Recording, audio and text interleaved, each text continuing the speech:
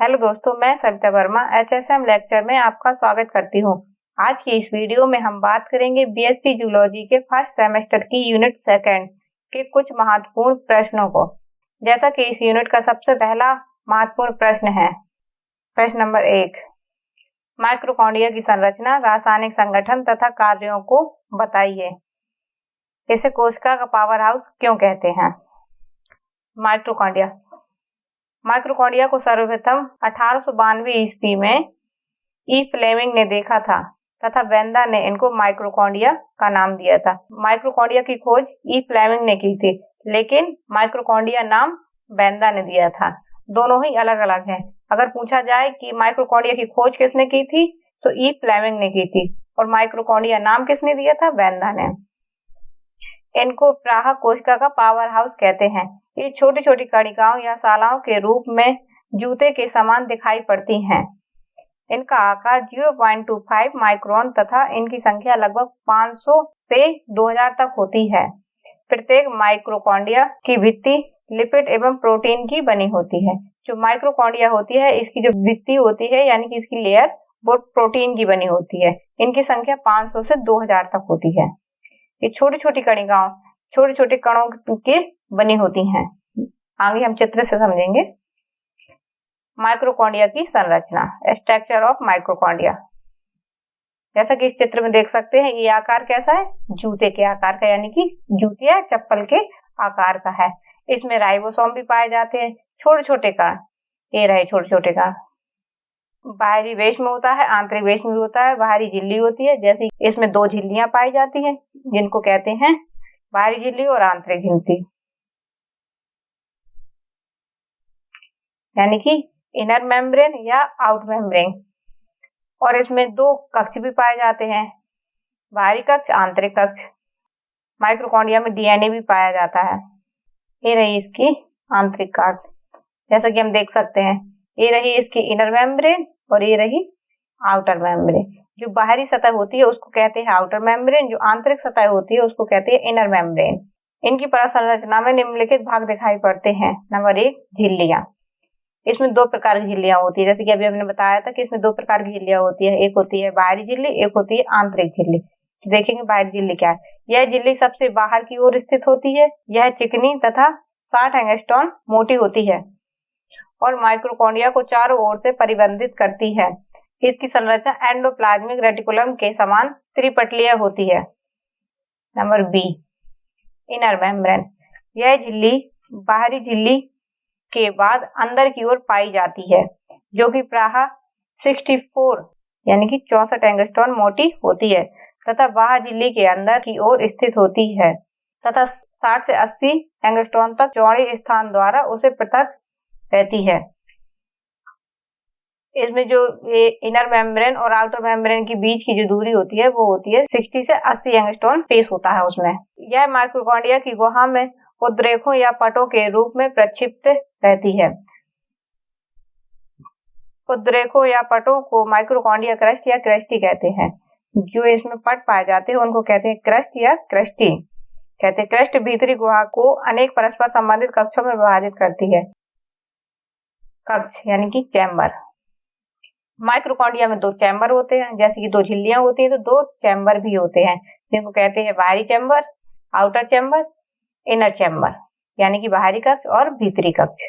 जो बाहरी कक्ष होता है उस कक्ष को पेरीमाइटोकॉन्ड्रियल कक्ष भी कहते हैं, जो कि माइटोकॉन्ड्रिया के दोनों कक्षों के बीच का स्थान है, जो क्रस्टी की कोर में भी फैला रहता है। यह लगभग 60 से 70 एंगस्ट्रॉम चौड़ा होता है। अब देखेंगे हम भीतरी कक्ष यानी कि इनर मेम्ब्रेन। यह कक्ष अंदर की ओर स्थित होता है, जिसको भीतरी झिल्ली ढके हुए रहती है। इस कक्ष में माइटोकॉन्ड्रिया मैट्रिक्स पाया जाता है और भीतरी कक्ष में माइटोकॉन्ड्रियल मैट्रिक्स यानी कि माइटोकॉन्ड्रियल कक्ष पाया जाता है। अब देखेंगे हम इसका रासायनिक संगठन। जो माइटोकॉन्ड्रिया होती है रासायनिक संगठन यानी कि किस किस से मिलकर बनी होती है। रॉकर के अनुसार माइटोकॉन्ड्रिया में प्रोटीन 70%, लिपिड 25 से 30% तक होते हैं। लिपिड के कुल भार का 90% फॉस्फोलिपिड्स तथा शेष 10% कोलेस्ट्रॉल, कैरोटेनॉइड विटामिन ई तथा अन्य यौगिक होते हैं। इनके अतिरिक्त साइटोक्रोम माइटोकॉन्ड्रियल के मैट्रिक्स में पाए जाते हैं। जो साइटोक्रोम होते हैं वो माइटोकॉन्ड्रिया के मैट्रिक्स में पाए जाते हैं, यानी कि कक्ष में पाए जाते हैं। इनके अतिरिक्त डीएनए व आरएनए की भी कुछ मात्रा पाई जाती है, जैसे कि चित्र में देखा था हमने। इनके अतिरिक्त डीएनए व आरएनए की भी कुछ मात्रा पाई जाती है, जिन्हें माइटोकॉन्ड्रियल डीएनए तथा माइटोकॉन्ड्रियल आरएनए कहते हैं। जो डीएनए पाए जाते हैं उनको माइटोकॉन्ड्रियल डीएनए और जो आरएनए पाए जाते हैं उनको माइटोकॉन्ड्रियल आरएनए कहा जाता है। इनकी सहायता से माइटोकॉन्ड्रिया अपने निजी प्रोटीन व एंजाइम का संश्लेषण करने में समर्थ होती है। माइटोकॉन्ड्रिया के कार्य या महत्व। माइटोकॉन्ड्रिया के कार्य निम्नलिखित हैं। हॉर्नबर्ग ने बताया कि माइटोकॉन्ड्रिया में प्रोटीओलिटिक एंजाइम पाए जाते हैं जो संश्लेषी व विघटक दोनों की गतिविधियों में भाग लेते हैं। नंबर 2, पीतक निर्माण यानी कि यॉल्क फॉर्मेशन। माइटोकॉन्ड्रिया विकसित हो रहे अंडाणुओं में पीतक निर्माण के विकारों का संश्लेषण करती है। जो माइटोकॉन्ड्रिया होती है वह पीतक निर्माण के लिए भी सहायक होती है। नंबर 3, श्वसन या खाद्य पदार्थों का ऑक्सीकरण। माइटोकॉन्ड्रिया के अंदर खाद्य पदार्थों का ऑक्सीकरण होता है, जिससे ऊर्जा उत्पन्न होती है जो कोशिका एवं शरीर के विभिन्न कार्यों में उपयोग होती है। नंबर 4, फैट मेटाबॉलिज्म यानी कि वसा अपचय। माइटोकॉन्ड्रिया में भोजन का भंडार होता है जो बीजों के अंकुरण एवं अन्य गतिविधियों में मदद करता है। नंबर 5, पेशीय तंतुओं का विकास। मायोफाइब्रिल्स माइटोकॉन्ड्रिया से ही विकसित होते हैं। माइटोकॉन्ड्रिया को कोशिका का ऊर्जा ग्रह या विद्युत ग्रह कहने के कारण माइटोकॉन्ड्रिया में आंतरिक श्वसन अथवा भोज्य पदार्थों का ऑक्सीकरण होता है। अतः इसमें ऐसे अनेक एंजाइम पाए जाते हैं जो भोजन के ऑक्सीकरण में संपन्न होते हैं। जो माइटोकॉन्ड्रिया में कोशिका का ऊर्जा ग्रह या विद्युत ग्रह कहने का कारण मेन कारण क्या है कि माइटोकॉन्ड्रिया में आंतरिक श्वसन तथा भोज्य पदार्थों का ऑक्सीकरण होता है। जो एंजाइम अतः उसमें ऐसे एंजाइम पाए जाते हैं जो भोजन के ऑक्सीकरण को संपन्न करते हैं। अब देखेंगे प्रश्न नंबर 2, राइबोसोम की संरचना, प्रकार एवं कार्य बताइए। Structural type and function ribosomes. यह कोशिका में पाए जाने वाले राइबोन्यूक्लिक प्रोटीन से सूक्ष्म कण होते हैं। यह कोशिका में पाए जाने वाले राइबोन्यूक्लिक प्रोटीन से सूक्ष्म कण होते हैं। ये कोशिका में प्रोटीन संश्लेषण करते हैं, अतः इन्हें कोशिका की प्रोटीन फैक्ट्री भी कहते हैं। जो राइबोसोम होते हैं उन्हें कोशिका की प्रोटीन फैक्ट्री भी कहते हैं। ये सभी प्रकार की कोशिकाओं में कोशिका द्रव में छिद्र हुए पाए जाते हैं जो कि एंडोप्लाज्मिक रेटिकुलम की झिल्ली से अटैच्ड रहते हैं। अभी हम चित्र से समझेंगे इसको। राइबोसोम को सबसे पहले क्लाउड ने 1914 में माइक्रोसोम कहा, लेकिन इसे नाम देने का श्रेय क्लाडे को जाता है। यानी कि जो राइबोसोम है उनको किसने खोजा था? क्लाउड ने, लेकिन इसको नाम किसने दिया था? क्लाडे ने। राइबोसोम प्रायः 2 प्रकार के होते हैं, जैसा कि हम चित्र से समझ सकते हैं। राइबोसोम 2 प्रकार के होते हैं। नंबर 1 ये, नंबर 2 प्रोकैरियोटिक कोशिका में पाए जाते हैं 70S प्रकार के और यूकैरियोट कोशिका में पाए जाते हैं 80S प्रकार के। यह जो 70S प्रकार की राइबोसोम होते हैं वो प्रोकैरियोटिक में इनको 2 भाग में विभाजित करता है, जिससे 30S सब यूनिट होती है, 2 सब यूनिट में विभाजित करता है, लेकिन इसमें 30S सब यूनिट होती है और दूसरे भाग में 50S सब यूनिट। ऐसे ही यूकैरियोट राइबोसोम होता है, इसमें 80S प्रकार के राइबोसोम पाए जाते हैं, जो पहले में 40S सब यूनिट होते हैं और दूसरे भाग में 60S सब unit. Number 1 prokaryotic ribosome 70S प्रकार के। इस प्रकार के राइबोसोम प्रायः आदिम कोशिकाओं में पाए जाते हैं।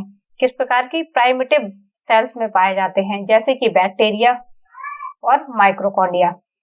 अब देखेंगे हम दूसरा number 2 eukaryotic ribosome 80S। Eukaryotic ribosome प्रायः विकसित कोशिकाओं में पाए जाते हैं। ये आदिम कोशिकाएं जो अर्धपूर्ण होती हैं और यह विकसित कोशिकाओं में पाए जाते हैं। राइबोसोम प्रायः आरएनए, राइबोन्यूक्लिक एसिड एवं प्रोटीन के बने होते हैं। जो राइबोसोम होते हैं यूकैरियोटिक में वो आरएनए तथा प्रोटीन के बने होते हैं। राइबोसोम के कार्य हम पढ़ेंगे कि राइबोसोम के आखिर कार्य क्या है, वह किस प्रकार से कार्य करता है। राइबोसोम प्रमुख रूप से प्रोटीन संश्लेषण होते हैं। इनकी सहायता से ही एमिनो अम्ल की लंबी पॉलीपेप्टाइड श्रृंखला बनाई जाती है।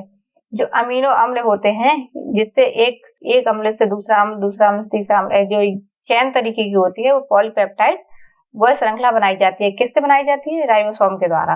अगर राइबोसोम नहीं होगी तो वो अमीनो अम्ल की जो श्रृंखला होती है, वो चैन, जिसको कहते हैं चैन, वो चैन नहीं बनती है, यानी कि टूट जाती है।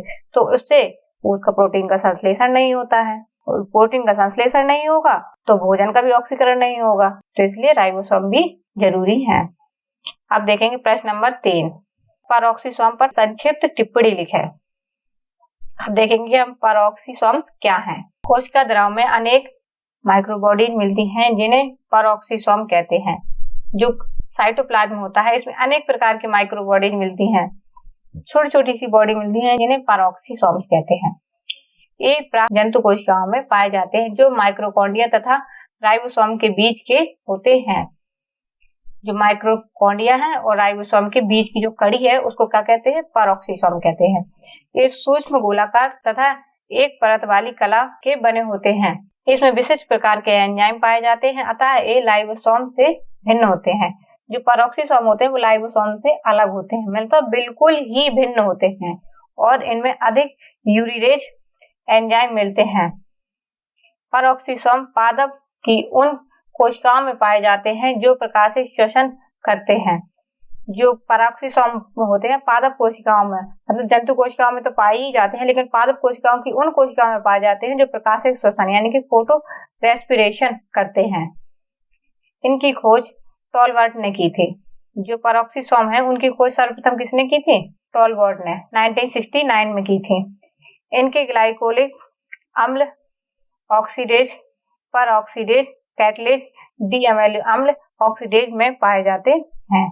जो इनके जो ग्लाइकोलिक अम्ल होते हैं वह किसके में पाए जाते हैं? ऑक्सीडेज में पाए जाते हैं, डी ऑक्सीडेज में पाए जाते हैं, कैटलेज में पाए जाते हैं, डी अमीनो अम्ल में पाए जाते हैं। अब हम पढ़ेंगे कोशिकीय कंकाल किसे कहते हैं। प्रश्न नंबर 4, कोशिकीय कंकाल किसे कहते हैं? इसके घटकों का उल्लेख कीजिए। कोशिका कंकाल यानी कि साइटोस्केलेटन। कोशिकीय कंकाल या कोशिका पंजर बैक्टीरिया और आर्किया सहित सभी कोशिकाओं के कोशिका द्रव में उपस्थित प्रोटीन फिलामेंट को जोड़ने का एक जटिल तथा गतिशील नेटवर्क है। जो कोशिका कंकाल है वह किसको? कोशिका कंकाल को कोशिका ही पंजर कहते हैं, जैसे इंग्लिश में कहते हैं साइटोस्केलेटन। बैक्टीरिया और आर्किया सहित सभी कोशिकाओं के कोशिका द्रव में उपस्थित जो कोशिका द्रव में जो प्रोटीन फिलामेंट होते हैं उनको जोड़ने का एक गतिशील नेटवर्क है या प्रक्रिया कह सकते हैं, जिसे कोशिकीय कंकाल कहते हैं। यह कोशिका केंद्रक से कोशिका झिल्ली तक फैला रहता है। जो कोशिका कंकाल होता है वह कोशिका केंद्रक से कोशिका झिल्ली तक फैला रहता है और विभिन्न जीवों में समान प्रोटीन से बना होता है। यूकैरियोट्स में 3 मुख्य घटकों को माइक्रोफिलामेंट, मध्यवर्ती फिलामेंट और माइक्रोट्यूबल से बना होता है। जो यूकैरियोट्स होते हैं वह 3 मुख्य घटकों से बना होता है। नंबर 1 माइक्रोफिलामेंट्स, नंबर 2 मध्यवर्ती फिलामेंट, नंबर 3 माइक्रोट्यूबल्स का बना होता है। जो साइटोस्केलेटन शब्द है उसको किसने दिया था? तो जो साइटोस्केलेटन शब्द है वह फ्रेंच भाषा का है। इसको प्रथम बार 1993 में फ्रांसीसी के मूल वैज्ञानिक पॉल विंटवर्ट ने दिया था। कोशिकीय कंकाल की संरचना जैसा कि चित्र में देखेंगे, साइटोस्केलेटन ये रही ऊपर सेल मेम्ब्रेन, रफ एंडोप्लाज्मिक यानी कि इसका एक खुरदरा भाग, जी एंडोप्लाज्मिक का ये खुरदरा भाग है। ये राइबोसोम, ये छोटे छोटे से जो कण हैं इनको कहते हैं हम राइबोसोम। ये जो ब्लू कलर के ये दिख रहे हैं इनको कहते हैं इंटरमीडिएट फिलामेंट, और इस तरीके ये है माइक्रोट्यूबल्स। ये रहे माइक्रोफिलामेंट्स, एक्टिन, ये भी एक चैन की तरीके ही जुड़े रहते हैं एक दूसरे से, जैसा कि चित्र में देख सकते हैं इस तरीके से ये जुड़े हुए हैं, इनको कहते हैं माइक्रोफिलामेंट्स। यूकैरियोटिक कोशिकाओं में 3 प्रकार के भिन्न व्यास वाले घटक साइटोस्केलेटन का निर्माण करते हैं। जो यूकैरियोटिक कोशिकाओं में होते हैं वह 3 प्रकार के व्यास होते हैं, 3 प्रकार के भिन्न व्यास वाले घटक होते हैं जो किसका निर्माण करते हैं? साइटोस्केलेटन का निर्माण करते हैं, जिनको कहते हैं नंबर 1 सूक्ष्म नलिका यानी कि माइक्रोट्यूबल, जैसा कि अभी चित्र में देखा था हमने, ये रहा माइक्रोट्यूबल। ये छोटी छोटी सूक्ष्म तंतु है, इनको कहते हैं हम, जो एक दूसरे से जुड़े रहते हैं इस तरीके से, इनको कहते हैं माइक्रोट्यूबल्स यानी कि सूक्ष्म नलिकाएं। सूक्ष्म नलिकाएं खोखले बेलन के समान होती हैं, जिनका व्यास 23 nm तथा आंतरिक गुहा का व्यास 15 nm होता है। इनकी संरचना मुख्यतः 13 यानी कि 13 प्रोटोफिलामेंट्स से बनी होती है, जो कि अल्फा और बीटा ट्यूबल के पॉलीमर हैं। जैसा कि चित्र में देख सकते हैं, ये किस तरीके, ये बेलन के आकार का है ना, ये बेलन के आकार का, वो किस तरीके का, ये छोटी छोटी सी संरचनाएं होती हैं 30 nm, जो अल्फा और बीटा के ट्यूबुलर पॉलीमर हैं। नंबर 2, सूक्ष्म तंतुक यानी कि माइक्रोफिलामेंट। सूक्ष्म तंतुक या माइक्रोफिलामेंट को एक्टिन फिलामेंट भी कहते हैं। एक्टिन प्रोटीन के रैखिक पॉलीमर से बने होते हैं। ये जी एक्टिन प्रोटीन के रैखिक पॉलीमर से बने होते हैं। जी एक्टिन के मोनोमर यूनिट्स बहुलक बनाने के लिए एक श्रृंखला के रूप में संयोजित होते हैं। ऐसी दो श्रृंखलाएं परस्पर कुंडलित होकर एफ एक्टिन श्रृंखला बनाती हैं, जो जी एक्टिन की दो श्रृंखलाएं इस तरीके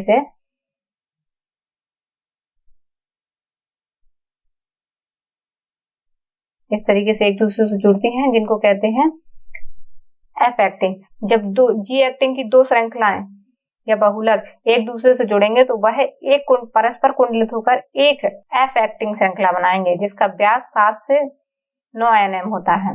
जैसा कि चित्र में देख सकते हैं, ये रहा। इसमें जो दो श्रृंखलाएं हैं परस्पर जुड़कर ये जुड़ रही हैं एक दूसरे से, इनको जुड़कर एक एफ एक्टिन फिलामेंट बनाते हैं। अब हम पढ़ेंगे प्रश्न नंबर 5, लाइसोसोम की संरचना एवं कार्य लिखिए। यानी कि हम पढ़ेंगे लाइसोसोम।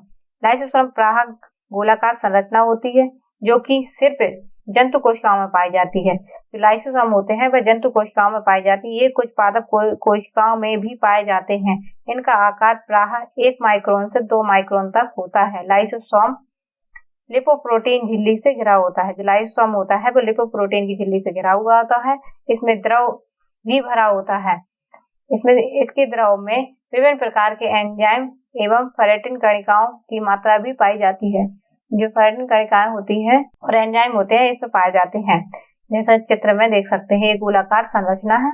ये रही एक प्रकार की गोलाकार संरचना, जिसमें ये इसकी सेल मेम्ब्रेन, बाहरी परत, साइटोप्लाज्म, फूड वॉकल, एंडोसाइटोसिस, ये छोटी छोटी सी जो कण पाए जाते हैं इस प्रकार के, इनको कहते हैं लाइसोसोम, जिसे कोशिका की आत्महत्या थैली भी कहा जाता है। लाइसोसोम में बहुरूपता देखने को मिलती है, जिसके कारण ये निम्न 4 रूप प्रदर्शित होते हैं। लाइसोसोम 4 प्रकार के होते हैं। प्राथमिक लाइसोसोम यानी कि प्राइमरी लाइसोसोम, सेकेंडरी लाइसोसोम, टाइलोलाइसोसोम, ऑटोलाइसोसोम। जो लाइसोसोम होते हैं वो 4 प्रकार के होते हैं, प्राथमिक, द्वितीयक, टाइलो और ऑटो। अब पढ़ेंगे हम कि लाइसोसोम का आखिर कार्य क्या है कोशिका में। तो लाइसोसोम का कार्य, लाइसोसोम के कार्य निम्न प्रकार से हैं। यानी कि नंबर 1, अंतःकोशिकीय पाचन में विशेष, जो अंतःकोशिकीय होती है उसके पाचन में विशेष सहायता प्रदान करता है। जो लाइसोसोम होते हैं वो अंतःकोशिकीय पाचन में विशेष सहायता प्रदान करते हैं। कोशिका में द्रव भोजन के अवशोषण के फलस्वरूप बनी पिनोसाइटिक रिक्तियां एवं भोज के ठोस कणों के अंतर्ग्रहण से बनी फैगोसाइटिस रिक्तियां, जो भोजन के अवशोषण से जो बनी पिनोसाइटिक रिक्तियां होती हैं, और जो ठोस कणों के अंतर्ग्रहण से बनी फैगोसाइटिस रिक्तियां जब लाइसोसोम के संपर्क में आती हैं तो लाइसोसोम फटकर यानी कि टूटकर जो टूट जाता है, और फिर वह विशेष ऊतक यानी कि उनमें ऊतक विशेष या ऊतक पाचक एंजाइम साबित होता है। जब हम भोजन खाते हैं तो उसका अवशोषण करते हैं, उसके अवशोषण के फलस्वरूप और जो भोजन के ठोस कणों के अंतर्ग्रहण से जो रिक्तियां बनती हैं उनको कहते हैं फैगोसाइटिस। और जब फैगोसाइटिस जब